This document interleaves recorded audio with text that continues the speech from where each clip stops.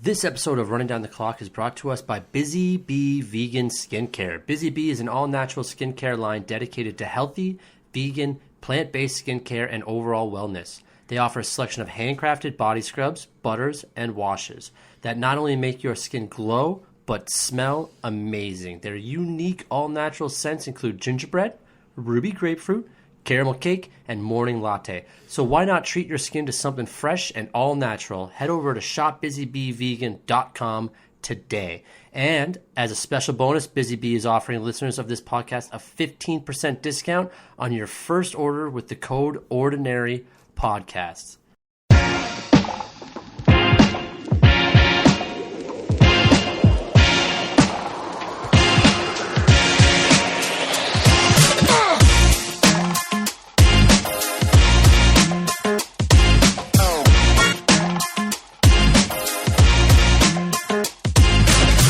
Welcome to Running Down the Clock, where we break down all of this week's big news, events, and controversies from the National Football League. Over the next 45 minutes, we will give you basic fan perspective and opinion on the most important stories and moments happening now. So, let's start the clock. Hello, everyone. Welcome back to Running Down the Clock. I'm Tyler Walzak. I'm here with Poya Reisi, like always, and we are talking NFC West today. Poya, break down the four teams in the NFC West. 49ers, Cardinals, Seahawks, and the reigning champions, the Rams. That is right. Should we start talking about the Rams then first? Because I think you got to go with golf rules. If you win the hole, you get honors on the next hole. All right, perfect. For a second there, I thought you said golf rules. And so you get rid of them, and then you win the Super Bowl. Wow. Well, let's talk about that because obviously Matthew Stafford is now a Los Angeles Ram as of last year, won the Super Bowl in his first year with LA. He's back. He does have a little bit of an elbow problem, which seems to be what they're talking about in Los Angeles. But I don't think that's much of a problem with Matthew Stafford because we all know that he plays through injuries more so than any other quarterback in the last few years. And famously, if you watch some of his mic'd up moments, Matthew Stafford's a tough guy. We know this. I'm a Detroit fan, so I know that he's a tough guy. This team got better in the offseason in the wide receiver position with the signing of Allen Robinson. I know he sucked. Before you go further, I'm sorry to interrupt. Can I get my little piece about Matthew Stafford? That you've been trying to say. I thought you would jump in earlier. I thought you were going to jump in earlier. So I was trying to be polite, but I was being more polite than I ever have there. Yeah, don't be polite. This show's not about polite. No, you're right.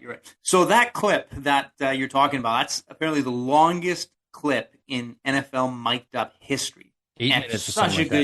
Such a good sequence if nobody's ever seen it.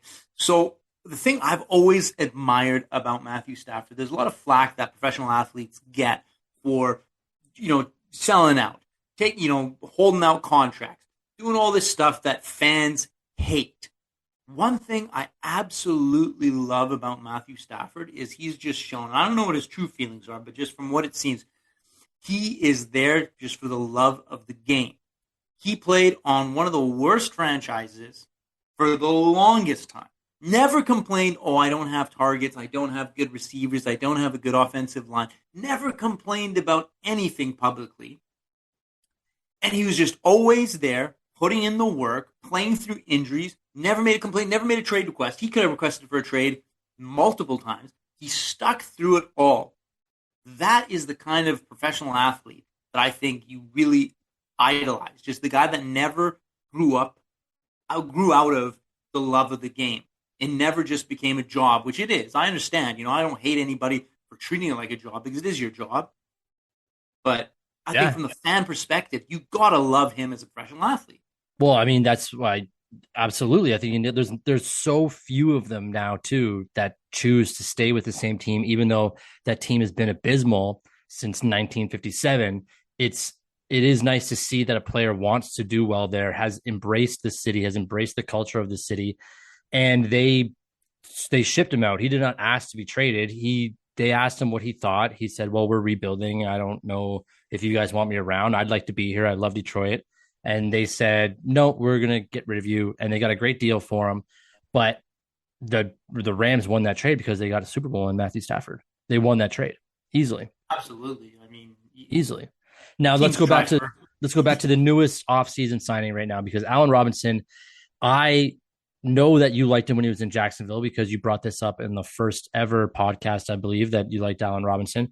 And then he went to Chicago. He had glimpses of top 10 wide receiver there. He had some actually really great years. And then last year fell off big time. This is a steal for Los Angeles to have Allen Robinson on their team, is it not? For sure. I mean, you got to make up that hole that with Odell Beckham not being there. Yeah, and who he's a could big still question come back. mark. But even if he was signed, he's still injured anyway. So it's not like he would have started the season with them anyway. Yeah. But I mean, isn't that to get a guy like Allen Robinson, isn't that a huge coup? Like Chicago got rid of him. It's very obvious to other players in the league. The Rams are a stacked team. They're an attractive team to go to right now. They are good in every aspect. Like, they have such a good team right now. It's hard not seeing them. You can't predict that they'll repeat as Super Bowl winners or get there. But to win this division, I think they got to be hands down favorites. Yes, I agree with that because they are the returning Super Bowl champions. It's also one of the hardest trophies to do is win back-to-back Super Bowls. But like, we don't talk about defense a lot. It was the 03 Patriots or something that were the last to do it. Yeah. So and the last NFC team to do it was the Dallas Cowboys in the 90s. Yeah. Then they did 3 in a row, I believe, right? I don't know if it was 3, but could have been. Yeah, I don't know. San Francisco. We'll have our fact checker, someone who tweet in, tell us if we're right or wrong.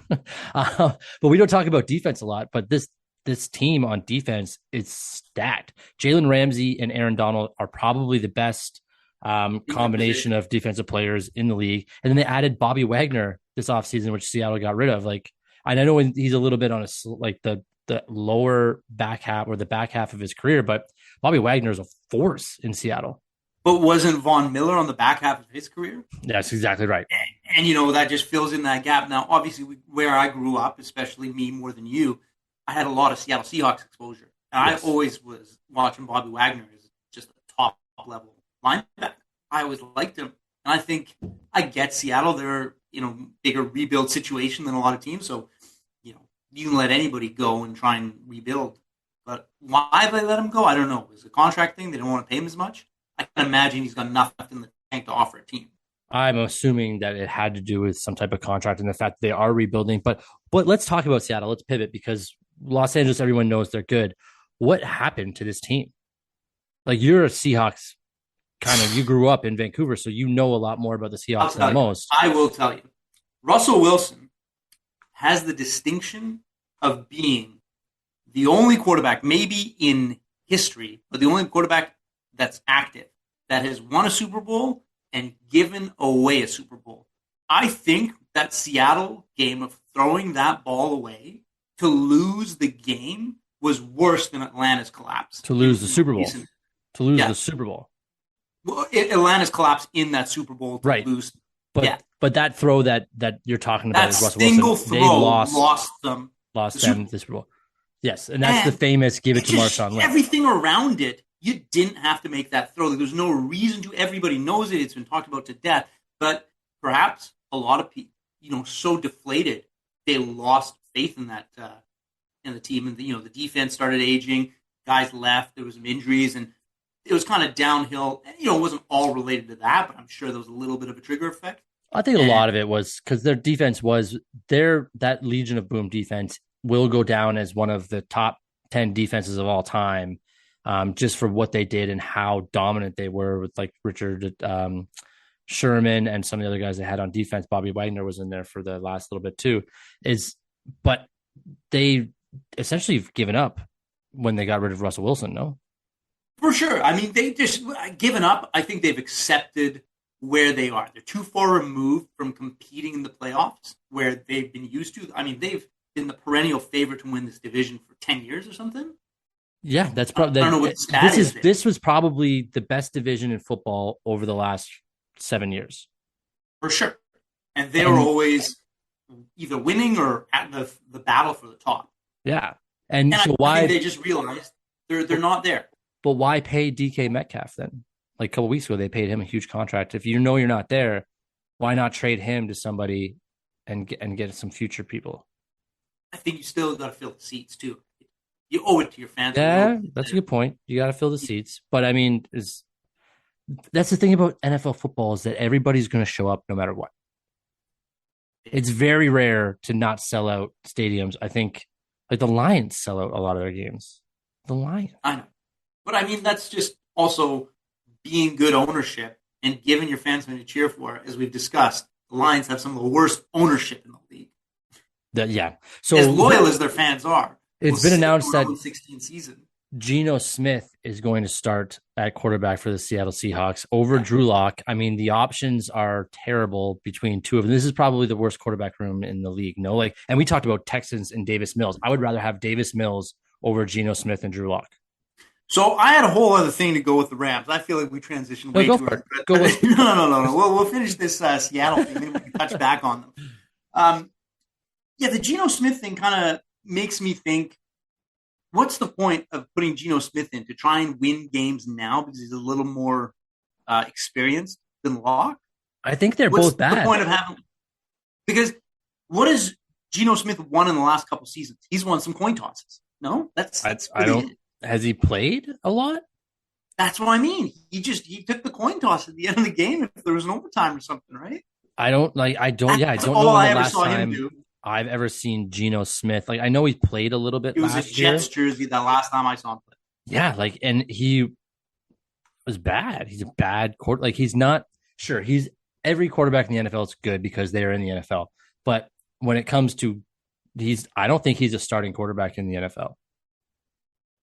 That's my point. So I don't get that move on their part of giving it to him unless it's one of those things where they're giving it to him for a game or two and they're going to transition him out. But to transition him to what? Drew Lock? Who the fuck is Drew Lock? That's the whole thing. It's like you're in a rebuild. At least give your youth a little more of a chance. It could just be let the team. I don't know. I'm making this up out of my ass. Well, that's what we do. That's why we're just fans. The team settle. Yeah. Let the team settle in a little bit. Let the defense and everybody settle in. The offense get linemen get more comfortable, and then switch out the quarterback. I don't know what the thinking is. These guys ran. Why? This management decided to throw the ball instead of run it on that play. You can't. Like you can't I don't know why you would. It's an odd move. I don't know why you would hold off on. I don't know. Both these quarterbacks suck. They're probably the worst quarterback room in the league. I would not want them. They're not in the top 32 quarterbacks in the league. I'm not sure what the Seattle Seahawks are doing. I don't know what their goals are for this year, but I do a pick 'em pool each year where 8 guys pick 4 teams, and then whoever has the most wins at the end wins that pool. And the Seattle Seahawks were the last team picked. That's telling. That is a huge fall from grace. Quickly. Like, Pete Carroll's got to have a hot seat by the end of this year, no? Like, if they don't do something, why would he keep his job? He's like 82 years old. I don't get it. I don't get it. Again, you can't blame him too much for this. You don't have the pieces. You don't have the pieces. They got rid of the pieces. When you have Russell Wilson, a top 7 quarterback in the league, you have the pieces to win. That's the only piece in the NFL that you need to win. Aaron Rodgers has fucking nobody on his team, and he's going to win 11 games this year. So what you have Russell Wilson? What I don't understand. Why can't they do the same formula as the Packers? So what was the story there? I can't remember. Did Russell Wilson want out, or they wanted him out? I don't know. I think it was because a lot of it could be Russell Wilson wanted a little. I don't think it was though. I think Russell Wilson was a Seahawks guy, and then management started saying, "Well, we're gonna slowly rebuild, or we're not really liking what we're going." And I think that the offense started to slow down under Pete Carroll, and Russell Wilson wasn't happy with that. He wanted more control, a la Aaron Rodgers, and he didn't get it. So he started saying, "Hey, listen, I want to be more control. I want more control. I want more control." Seahawks didn't let him have it. Pete Carroll said, "No way." So the friction started happening, and then it was, all right, well, let's just let's go our separate ways. You could be right, and you know what? By the end of the season, maybe Matt Patricia's available for that job too. Let's move on. Let's go back to that Rams point you want to talk about. So there was a little something that happened this week, and since we can't talk about the Bengals, we can bring it up with the Rams. Did you see the brawl? Oh, yeah, the brawl. We want to talk about the brawl. Yeah, let's talk about the brawl because actually this is – let's go. Go. Go for it. Go. So, two things. Aaron Donald, obviously, the guy is as good as you could be in the NFL. Arguably the best. Steelers fans will tell you different, but he's arguably the best. Yeah. Number 2 NFL player on the top 100. I'm not a doctor. I'm not a scientist. I really don't know anything about anything, really, to be honest. But Aaron Donald, I think he's going to have some sort of crazy high level of testosterone just because, and I'm not accusing of any sort of like steroid use or anything. I don't know anything about that. But the guy for his size is far too strong for what he should be. He's got to have some sort of like muscle density beyond the average, athletic human. He's not that big of a guy, like height-wise. He's not, yeah. But he is so strong, unbelievably strong for his size and weight. And he's heavy. He's not like a light guy, right? Oh. That muscle weighs a lot. And so with that, I'm assuming it comes a really high level of testosterone. So yeah, tempers are going to flare. There's a lot of footage of him pushing and shoving and getting into it. He has 2 Bengals helmets in his hands and he's swinging them around. That was a bad look. We all saw with Myles Garrett what happened there. That was a bad look. Now, with that, bro, the thing that shocks me the most is did you watch the footage of it? Yeah. They were blowing the whistle, the refs or whoever, I know. as if that was going to do something. Yeah. I think a flag was thrown at one point.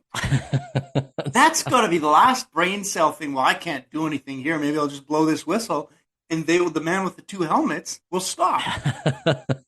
I mean, I just that kind of reaction is beyond me. Just keep blowing the whistle. Is it to annoy them to stop or what? They can't even suspend him. The NFL can't suspend him because it's just a practice. And somebody came out in like the public, and one of the former players or somebody said, well, what did you expect? It's the Super Bowl game, Bengals versus Rams, and they're obviously jawing at each other. It's a practice. There's no consequences to these actions. So the Rams said that they will handle suspensions internally. They're not going to suspend Aaron Donald. Let's just be real about that. I mean, they'll suspend him from like an internal meeting or something. Yeah, he's going to miss 3 practice sessions. You have to do it from home. You have to Skype or Zoom from your practice session. But my point with that is that's also what makes him so ferocious, right? Like you don't cage the tiger and expect him to. Nope. Don't poke that bear. Kills, right? Don't poke that bear. He's the best player in the league. Don't make him angry. Yeah. Just swing some helmets at you. It's a great photo too, by the way. If you haven't seen the photo of Aaron Donald with 2 helmets, it's an all-time photo of a defensive lineman holding 2 helmets from the opposing teams, swinging them around. He looks he's a gladiator in that photo. Yeah, the only thing I can say is like he's fortunate that he didn't actually really hurt somebody, because outside of a suspension, that could be an assault charge, right? Yeah, yeah. So that could lead to criminal charges, right? And so, That's right. All right, well, let's talk about someone who is suspended. Let's move to the Arizona Cardinals. DeAndre Hopkins, one of the top 5 wide receivers in the league, is suspended for the first 6 games because of some PED usage last year, I believe, end of last year, or some offseason type thing. Either way, he's going to miss the first 6 seasons. This is obviously going to hurt the Arizona Cardinals because without him, they're throwing to AJ Green. They went out and got Marquise Brown, which is going to help. Rondell Moore. Their wide receiver room's very good, but without a DeAndre Hopkins, that is a lesser wide receiver room. Now, was it originally a season and it came down to 6 games? I'm not sure, actually. I think there was an appeal by him, but regardless, it is 6 games. And I mean, I heard his take on it right when it happened, that it was all a big mistake. I don't know if that's just some sort of save. Yeah, it's tough. I don't know, because I do want to always have the benefit of the doubt for the players, especially the guys like DeAndre Hopkins who are at the top of the game, so they don't need to take PEDs. But you always think about like Barry Bonds, Mark McGwire, Sammy Sosa. They're at the top of the game too. That's why they're at the top of the game. MLB was wild. There was no rules back then in Major League Baseball. But I kind of have the benefit of the doubt, because you take like, who was it in NHL? I know we're kind of drifting off, but Jose Theodore got banned 60 games from the NHL because he was taking Propecia or something to try to have his hair grow out. but there's stuff that does hide PEDs and all this stuff. So I don't know. I kind of always give the players the benefit of the doubt because you take a pill one day just to get rid of a headache or a migraine, and then all of a sudden that's 6 games. But this is a huge for this team because they're in a division with the Rams and the 49ers. We'll get to the 49ers in a bit, but you have you're with the Rams. You played them twice. So the Cardinals, they didn't make a lot of moves. No. They kind of signed their guys and stuck with them. So yeah, their biggest move is going out and getting Hollywood Brown from the Baltimore, which is great because it's a good move. He's a good receiver. He's a good receiver. He's going to be super fast. Him across the field from DeAndre Hopkins, and then having AJ Green probably in the slot. That is a very good wide receiving core. AJ Green's not what he used to be, but he is AJ Green. He was feared for 5 to 6 years. So it's the only thing is, are you a Kyler does Murray have fan? that one terrible highlight from last year of him costing them a game. Oh yeah, AJ Green had a rough year last year. It was not good. But are you a Kyler Murray fan? Do you like Kyler Murray? I like him just because he's one of those exciting players. Yeah, I love the high risk, high reward. And I'm going to get into this now because I know that there's people out there listening that are just going to say, oh, he's so short, he's not going to be good. I hate that take because there are short quarterbacks in the Hall of Fame. Kyler Murray is good enough to be a top 15, top 10 quarterback. He can take Arizona to the playoffs. Yeah, he's short, but it's not like he's not a pocket passer. He can be short because he's moving out of the pocket. It's a rolling pocket. He's throwing on the run. He's great at making plays. So he can be short. He's not a guy that needs to stand in the pocket with all these 6'2" linemen. So I hate that take. I won't stand for it. Kyler Murray is a great player. He's going to lead Arizona probably to the playoffs. And I don't want to hear another thing about him being short ever again. If he was 3 or 4 inches taller, people wouldn't be jumping on the short thing as much. And 3 or 4 inches doesn't get him to see over the offensive line as much as people say it is, right? Like, yeah, these guys are 6. These are the biggest guys. The offensive lines are the biggest guys on the team. To see over them, you got to be 6'6", 6'7", 6'9". And do they think that they're just gonna, like, in college, all of his offensive linemen were way taller than him as well? So is it just something that people in the NFL are like, oh well, no, he's like, now he's in the NFL, so the guys are taller? It's like, no, he's been playing with people bigger than him his entire life. He's fine. He's going to manage. He has managed. He's had a great career so far, and he's only going to get better. And he is exactly what Arizona needs. And what I thought was actually so super interesting, because you and I have had a conversation off air just because we talk a lot about how in his contract he had to read or watch footage for like 4 hours a week or whatever. And then it came out that he was already doing that. They just put it in there because it's something they wanted to put in there, and it kind of totally got blown out of proportion. But their head coach now, forget his name, Cliff Kingsbury, during the preseason games, Kyler Murray didn't play a lot, but he was calling the plays. And I think that is super cool. I think it's very smart. Because if he's calling the plays on the sidelines and they're doing well, if you saw the difference between the successful plays when Kyler Murray was calling them and when Cliff Kingsbury was calling them, Kyler Murray was having a way better day calling plays than Kingsbury. And this is only going to help the team because he can be in the huddle now at the line of scrimmage. He can be out on the field changing plays, seeing what he's seeing. So knowing I got a point about that. There's been a little history, and this is in the media. I don't know how it is in the actual organization, that there's a little bit of a rift between the organization and Kyler Murray. Little tidbits come out, right? Like the contract thing. To me, the contract thing is the strangest thing because you really have concerns about his commitment. 4 hours a week is not enough. You need more than that to be an elite level quarterback. So if you have a concern about that, 4 hours doesn't resolve your concern anyway. So it seems to me like just a silly thing to have. Yeah.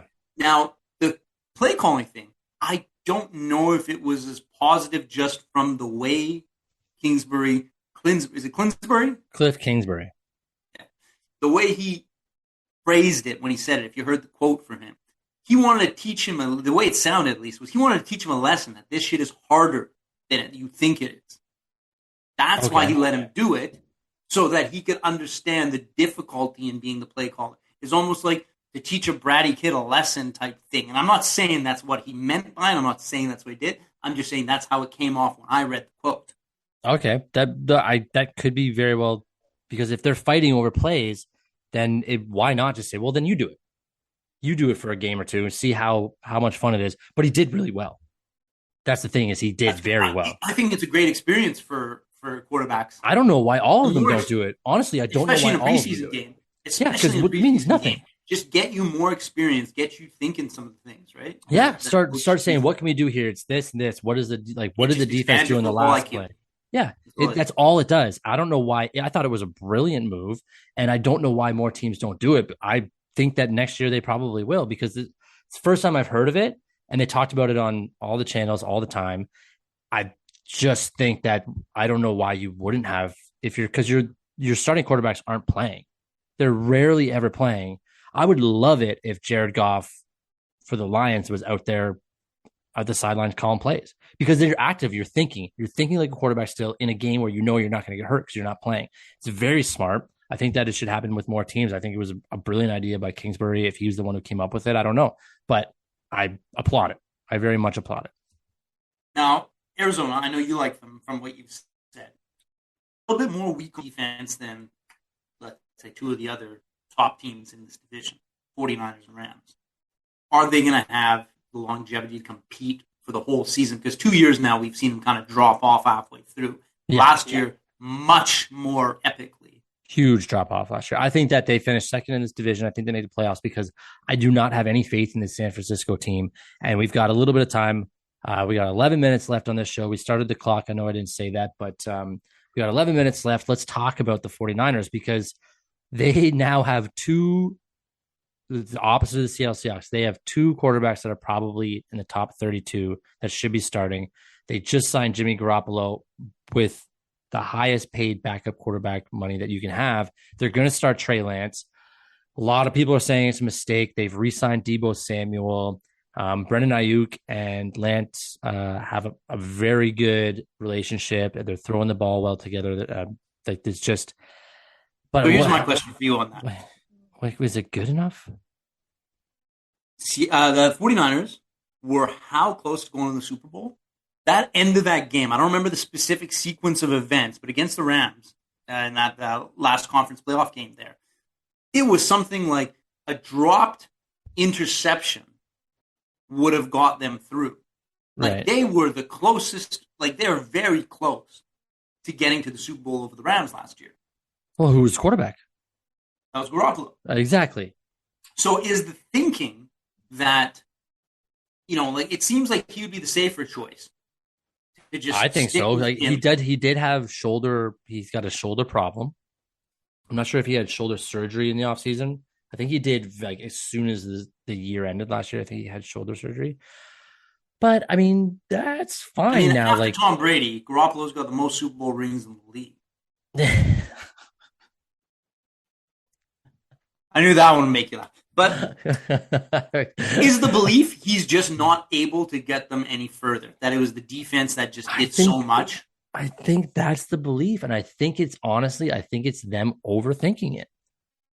Because he is very good. His record is unbelievable. And that could be a similar situation to Seattle with Russell Wilson. Oh, yeah. No, I don't know why you would get rid of a Russ Wilson. If I would rather get rid of the coach and the owner and the general manager before giving up a guy like Russell Wilson. It doesn't make any sense to me. Quarterbacks are the most important position in all of sports. You do not get rid of a Russell Wilson. I don't care what happens. So, is the thought that Garoppolo just isn't going to be able to, or is it just as simple as at the time they made that decision, because it's getting close to the season, he wasn't signed yet? No, he was signed. That's the thing, they announced. Yeah, well, what happened was they didn't believe in Jimmy Garoppolo, and then they went out and drafted Trey Lance, and then Garoppolo came back, had a good year, and it was like, oh no, now we have Trey Lance, so we've made this decision. We can't look foolish. This is what I think. It's not what they're saying. We made a decision. We can't look foolish. We have to go with Trey Lance. Maybe Trey Lance is better. And we said this with Aaron Rodgers. I like when a rookie quarterback sits behind a veteran for a full year and learns the system, learns the game. But I don't think Jimmy Garoppolo's done playing football yet. I think he should. I don't know why he signed this contract. If I were him, I would go to Seattle. Well, he just maybe can go next year because Or there's Cleveland. who's Seattle picking up this year? Well, If nobody. this That's what I mean. Is Smith, like go to Seattle. They have two Tyler yeah, Lockett. but he's got a 1-year contract. He can go somewhere Okay, next year okay. too. He's got a better chance to win. He was one game away from the Super So Bowl what's he last doing year. here? He was so a couple plays away from the Super Bowl last year. So So do you sticking think with the team that almost got there on is the a bench? safer choice if he wants to get that third Super Bowl ring. On the bench. So you just think he's a Super Bowl bench quarterback, and he's happy with those rings? He's got two already that way. Why not go for a Are those? third? Let me ask you this: are those rings? Those everyone else got? Those are diamond rings. Are his wooden? Well, the bench I don't think is made of wood anymore. It's some sort of I bet you those benches are made of high wood. stress plastic. It's not. It's not yeah, walnut. I mean, It's not walnut. no. Anyway, moving on. Deebo Samuel, you think he's going to repeat as just, he had a breakout season last year. Yeah, it was because he's in this new what are they calling it? Like the wide back. They're calling it a wide back because he's a wide receiver / running back. So he was holding out, and I think this is actually smart. Not smart, but I think he actually has a really good point where he held out this season because he was getting paid like a wide receiver, but he was taking running back snaps. So he said, if you want to pay me, like if you want me to play, you're gonna have to pay me the equivalent of a running back and wide receiver because I'm taking all these running back snaps. What they did with him last year was inventive. It was cool. It was exciting. I don't think it's a repeat because the guy who came up with all those, Mike McDaniels, is now the head coach of the Miami Dolphins. So whether Deebo Samuel is able to repeat the success he had last year, I don't think so because the guy that made those plans is gone. But also you don't know because the next guy that steps up is probably the same type of person. That's two of them, Chris Forster and Bobby Slowick. So those are the offensive coordinators. They're probably stepping in with Mike McDaniel's system, but I don't know. He's great. He's their best player on offense. For sure. I think he's exciting to watch. I personally have never seen Brandon Ayuk break out like the way he's supposed to. We've talked about a lot of players that we haven't seen that breakout season. He's like Devontae Parker from the Dolphins, who's now with the Patriots. Everyone talks about him breaking out, but it never happens. No. It's his like off season so far with Trey Lance, starting quarterback, a ton of highlight real touchdown catches. But who gives a shit? It's preseason. That never matters. No. I mean, you could. The Rams got crushed, did they not, in the preseason game to the Bengals? Preseason meaning the Lions went 4-0 in the preseason, and then they didn't win a single game in the regular season. So it doesn't mean anything. No preseason games mean anything in any sport. It doesn't. Just stop. I think there was something like 6 or 8 teams this year that went 4-0 in the preseason.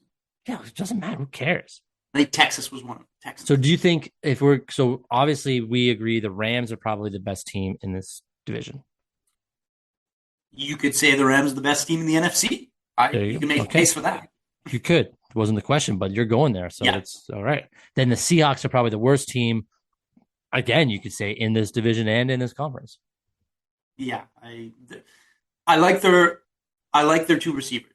I think Lockett that's the thing that frustrates me. Lockett and DK Metcalf are very good. Why do you not have someone to throw them the ball? How bad is Drew Lock? I never saw him play. It's terrible.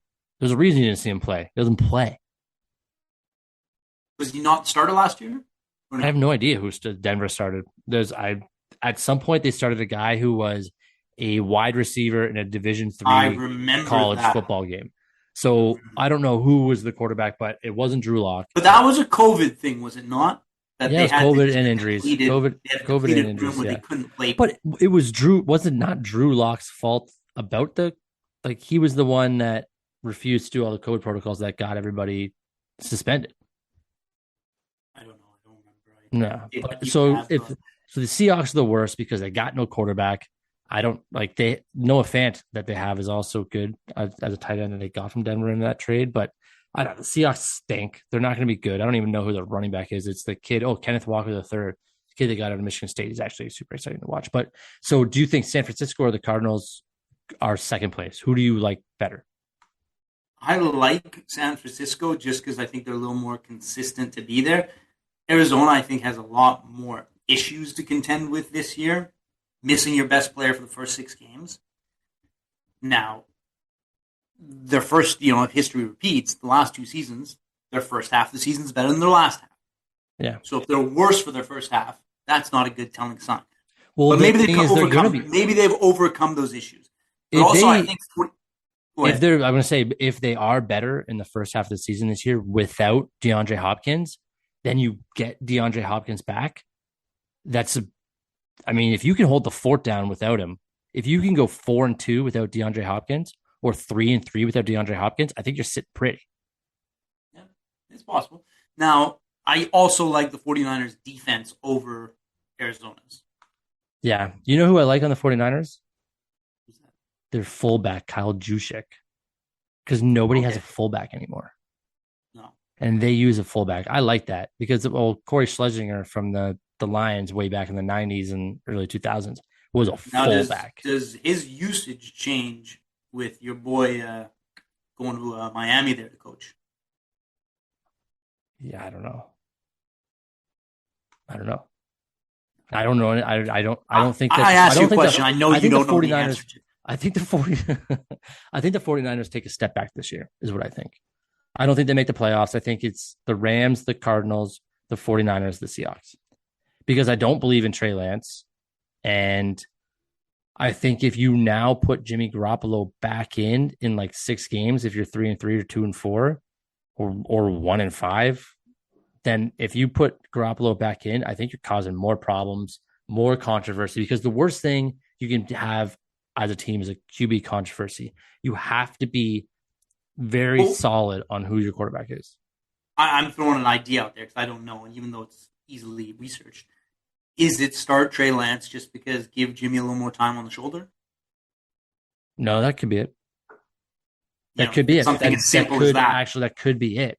But they drafted Trey Lance with like the 3rd overall pick because they had no faith in him then. But he's gotten them decently far.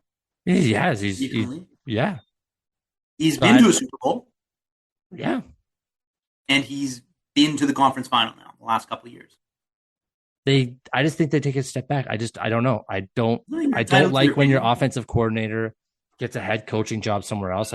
I don't think that's a telling sign for a team. I think it's a step back, especially when your offensive coordinator leaves and then you have a new starting quarterback. 2nd-year starting quarterback. But we'll see. I mean, it's going to be exciting to watch this division. There's a reason why we put this in the last week is because this NFC West and the AFC West, which we'll talk about in the next episode, I think these are probably what NFC West has been the best division in football for the last 7 years. And AFC West is going to be the best division this upcoming year. So we're going to end this division here now. So thank you for listening. AFC West is up next. We appreciate you, everyone, on running down the clock. Have a good night.